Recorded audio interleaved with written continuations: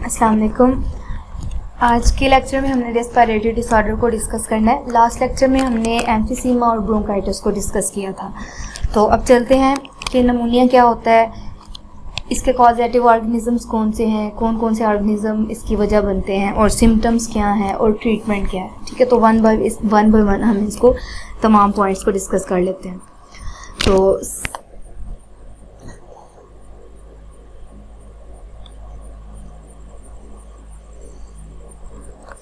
नमूनिया क्या है, ये एक्चुअली लंग का इन्फेक्शन होता है। इस केस में क्या होता है कि ठीक है, नमूनिया अगर एक लंग पर इफेक्ट करेगा तो उसको नमूनिया कहेंगे, और अगर वो दोनों लंग पर इफेक्ट करेगा तो उसको डबल नमूनिया कहते हैं।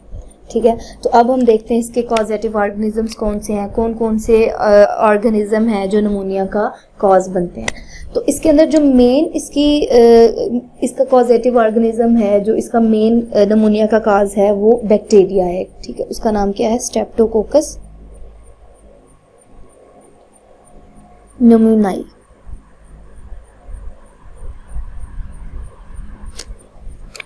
ठीक है, तो स्ट्रेप्टोकोकस न्यूमोनाई ये मेजर है नमूनाई की कॉज, इसका मेजर कॉज है नमूनिया का। तो उसके बाद हम दूसरे देख लेते हैं और कौन से इसके कॉजेटिव ऑर्गेनिज्म है। इसके वायरल इन्फेक्शन के थ्रू भी ये नमूनिया काज हो सकता है। वायरल इन्फेक्शन अगर हो गया हो, वायरस ने अटैक कर दिया हो, या ये फंगल इन्फेक्शन के वजह से भी ये नमूनिया काज हो जाता है। तो अब हमने देखना है कि नमूनिया काज कैसे होता है। ठीक है, हाउ इज इट काज। तो एक्चुअली होता क्या है कि जो अब देखे ना, नमूनिया क्या है, ये इन्फेक्शन है लंग का, ये है इन्फेक्शन, लंग का इन्फेक्शन होता है। अब आपको पता है कि लंग्स के अंदर एल्वुलाई होते हैं। ठीक है, लेते हैं, अगर हम डायग्राम ड्रा कर लें इसकी, तो क्या होता है कि हर लंग के अंदर पाउचेस होते हैं जिसको एल्वुलाई कहते हैं, वो एंटर हो जाते हैं। तो नमूनिया के केस में क्या होता है कि जो कॉजेटिव ऑर्गेनिजम्स हैं, अब कॉजेटिव ऑर्गेनिजम्स कौन से हैं, कॉजेटिव ऑर्गेनिज्म का मतलब है ऐसे ऑर्गेनिज्म जिसने नमूनिया को कॉज करना है। तो इस केस में क्या होता है कि जो कॉजेटिव ऑर्गेनिज्म है वो एल्वुलाई के अंदर एंटर हो जाते हैं। तो एंटर होने के बाद वहाँ सेटल डाउन हो जाते हैं, और सेटल डाउन होने के बाद वो वहाँ पर अपनी ग्रोथ स्टार्ट कर देते हैं, रिप्रोडक्शन स्टार्ट कर देते हैं। तो इस वजह से ज़्यादा मसला हो जाता है। अब उसकी वजह से क्या होगा, जब वो वहाँ पर रहना शुरू हो जाएंगे, ग्रो करना शुरू हो जाएंगे, तो उस केस में लंग के जो टिश्यूज़ हैं वो ब्रेक होना शुरू हो जाते हैं। और जब ब्रेक होना शुरू हो जाएंगे, इसके अलावा क्या होगा, जो एल्वुलाई की वॉल्स हैं, और एल्वुलाई जो है वो पस और फ्लूइड के साथ फिल हो जाता है। इसके जो वॉल्स हैं, इसकी अंदर से जो एल्वुलाई हैं वो पस और फ्लूइड के साथ फिल हो जाते हैं। ठीक है, और इसी तरह इसीलिए जब नमूनिया का पेशेंट खांसी वगैरह करता है तो उसमें बहुत ज़्यादा स्प्यूटम प्रोडक्शन होता है, बहुत ज़्यादा बलगम म्यूकस रिलीज होता है खांसी वो करता है। ठीक है, तो ये इसका मेजर कॉज था कि जब कॉजेटिव ऑर्गेनिज्म एल्वुलाई के अंदर एंटर हो जाता है, वहाँ पर ग्रोथ स्टार्ट कर देता है, और एल्वुलाई पस और फ्लूइड के साथ फील हो जाते हैं। ठीक है, उसके बाद इसके मेजर सिम्टम्स कौन से हैं उसकी तरफ चलते हैं। नमूनिया का पेशेंट में जो मेजर सिम्टम है वो होता है, इसको कफ होती है विद स्प्यूटम प्रोडक्शन।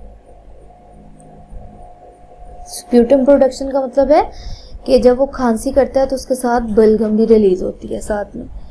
इसके अलावा उसको हाई फीवर होता है, तेज बुखार होता है, उसको शिवरिंग होती है, कपकपी तारी हो जाती है। इसके अलावा वो को कोल्ड फील होती है, ठंड लगती है उसको, चिल। ठीक है, उस पेशेंट को शॉर्टनेस ऑफ ब्रीथ का भी मसला होता है, शॉर्टनेस ऑफ ब्रीथ। ऐसे शख्स में उसको सांस लेने में भी मुश्किल होती है। ठीक है, अच्छा, उसके अलावा उस पेशेंट का कलर भी डस्की और पर्पलिश हो जाता है, उसका कलर पेल होना शुरू हो जाता है। अब इसकी वजह क्या है, उसका कलर है वो पेल पर्पलिश क्यों होता है।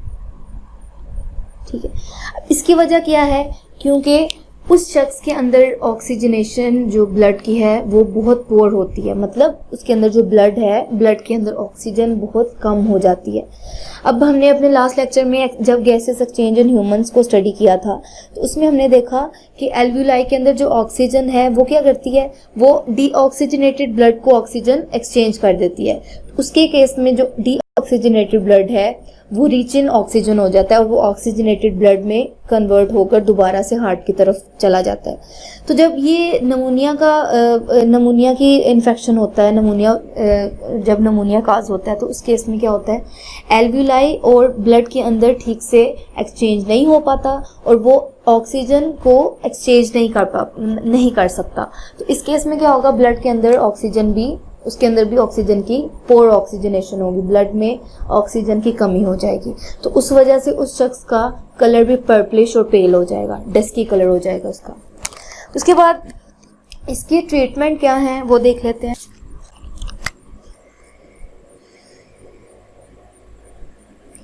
निमोनिया के ट्रीटमेंट में दो तरीके से इसका ट्रीटमेंट होता है। एक है वैक्सीन के थ्रू और एंटीबायोटिक्स के थ्रू।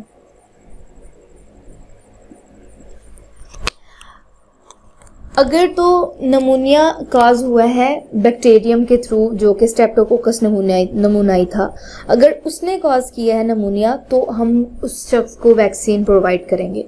ठीक है, क्या हमें पता चला, अगर तो नमूनिया स्ट्रेप्टोकोकस न्यूमोनाई के थ्रू अगर वो हुआ था कॉज, तो हम उस शख्स को वैक्सीन से उसका ट्रीटमेंट करेंगे और इसके अलावा एंटीबायोटिक्स भी उसको दी जाती है उसके ट्रीटमेंट के तौर पे।